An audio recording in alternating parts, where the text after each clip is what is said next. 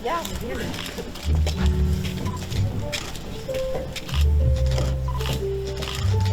Ēku komplekss Kuldīgas vecpilsētā ir ne tikai atjaunots, bet tam ir arī jauna funkcija. Te atradīsies sociālo pakalpojumu centrs Tilts, kurā ikdienā durvis vērs gan pieaugušie, gan bērni ar dažādu raksturu invaliditāti. Svinīgajā atklāšanas reizē daudz pateicības vārdu.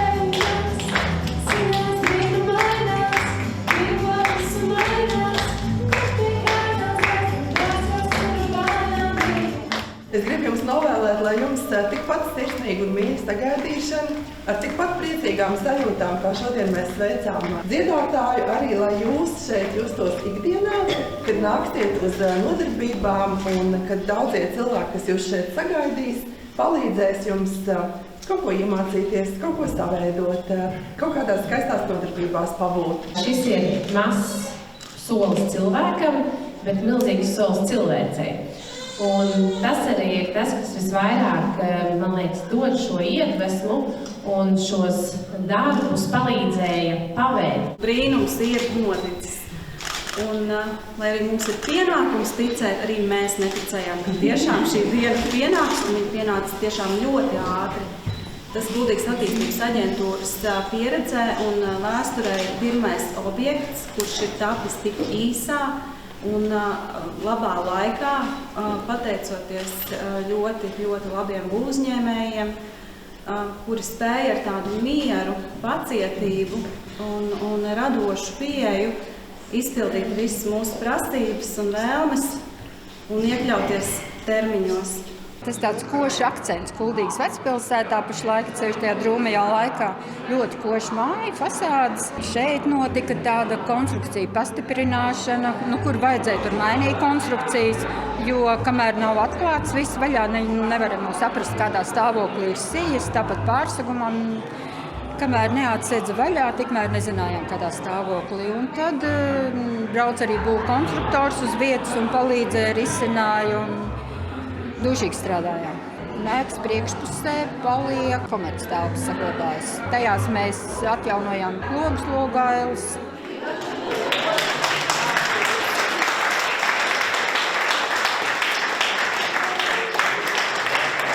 Sociālo pakalpojumu centra Tilts vadību uzticēta Līgai Kuršinskai. Viņa stāsta, ka te būs dienas centrs pieaugušajiem ar garīgi raksturu traucējumiem, kuri varēs darboties divās specializētajās darbnīcās – šūšanas un kulinārijas. Viņiem paredzēts arī dažādas nodarbības, piemēram, digitālo prasmju attīstīšana, mākslas terapija, vingrošana. Savukārt bērni ar funkcionāliem traucējumiem te varēs laiku pavadīt gan kopīgās, gan individuālās aktivitātēs, piemēram, apmeklēt mūzikas terapiju, Montessori nodarbības, darbosies arī īslaicīgās pieskatīšanas telpa. Tilts ir tas, kas ved mūs, tas, kas mūs ved, tas, kas mūs savieno. Un mums ir arī Kuldīgā ļoti skaists tilts, kas arī ir simboliski. Un es domāju, ka tilts ir tas, kas mums ļauj paiet viens otram pretī, satikties, pāriet varbūt no vienas puses uz otru. Un mēs ļoti gribam būt pieņemti sabiedrībā. Un es domāju, ka šeit esot visiem kopā, mēs labi jutīsimies Kuldīgā, būsim aktīvi, piedalīsimies visur. Un tas ir tas tilts, ka mēs ejam, satiekamies un esam kopā. Es esmu maziņš muķidis, pie bērniem ziemos atnācis. Ar ziemas svētku zvaniņu es piezvanu un saucu dejot līdzi. Uz svinīgo centra atklāšanas brīdi bija atnācis neviens no tiem cilvēkiem, kuriem šis pakalpojums veidots. Marka māma Sintija atzīst, ka cenšas izmantot jebkuru iespēju dēla izaugsmei. Mēs līdz šim esam apmeklējuši Kuldīgā izveidoto projektu Kurzem visiem pulciņus, kas ir Montessori, speciālo pedagogu esam apmeklējuši. apmeklējuši mūzikas terapiju, fizioterapeitu, vēl arī ārpus tā esam apmeklējuši arī reiterapiju, un papildus tam Marks arī nodarbojas ar dziedāšanu. Manuprāt, tas ir ļoti liels iegūms visiem Kuldīgas iedzīvotājiem, kuriem ir kāda invaliditāte. Ir daudz speciālistu, ļoti varoši un prasmīgi cilvēki, kas var palīdzēt gan bērniem, gan arī citiem ar invaliditāti esošiem cilvēkiem. Mēs ļoti sen to gaidījām. Es ļoti sen to gaidīju, un es pat priecājos, un es gaidu, ka sāksies aktivitātes te, un es varēšu viņu atstāt uz nodarbībām, un es to laiciņu varēšu vai nu uz veikalu aiziet, vai vienkārši pastaigāt pa Kuldīgu, vai aiziet līdz Rumbai, vai vienkārši pastaigāties. Laiks sev tas būs man, jo es uzticos darbiniekiem. Centrs Tilts ir viens no īstenotajiem pakalpojumiem Kurzemes plānošanas reģiona, pašvaldību un valsts sociālās aprūpes centra Kurzeme kopīgi īstenotā deinstitucionalizācijas projektā Kurzeme visiem. Tā periods ilga 7 gadus un noslēdzās 2023. gada nogalē.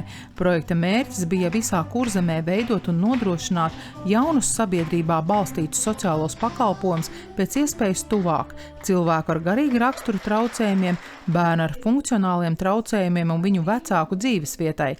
Reģionā pavisam ieguldīti vairāk nekā 18 miljonu eiro. Mēs esam kopumā pa visu Kurzemi snieguši pakalpojumu 265 personām ar garīgu raksturu traucējumiem.